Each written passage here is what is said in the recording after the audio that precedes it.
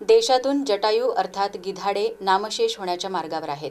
त्यामुळे त्यांच्या संवर्धनासाठी शासन स्तरावर प्रयत्न सुरू करण्यात आले आहेत. गिधाडे हे स्वच्छता दूत असून त्यांचे पुनर्वसन करणे काळाची गरज आहे.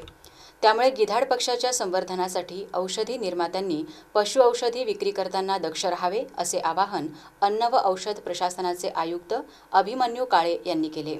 रामबाग फॉरेस्ट अतिथीगृहात ते बोलत होते. यावेळी केमिस्ट अध्यक्ष गोपाल एके यांनी पदाधिकारी केमिस्ट बांधवांशी विविध विषयांवर चर्चा केली. गिधाडांच्या संख्येतील कमतरता ही चिंतेची बाब आहे. गिधाड मृत प्राण्यांच्या मांसावर आपले जीवन जगत असतो. परंतु मृत प्राण्याने जर किटोरेलॅक अशा औषधांचे सेवन केले असेल तर गिधाडांच्या आणि अन्य पक्ष्यांच्या किडनीवर विपरीत परिणाम होतो. त्यात त्यांचा मृत्यूसुद्धा होतो. त्यामुळे केमिस्ट बांधवांनी ही औषधी जनावरांसाठी विक्री करू नये, तसेच मानवांना लागणारी कुठलीही औषधी जनावरांसाठी वापरली जाऊ नये असेही अन्न व औषध प्रशासनाचे आयुक्त अभिमन्यू काळे यांनी म्हटले आहे.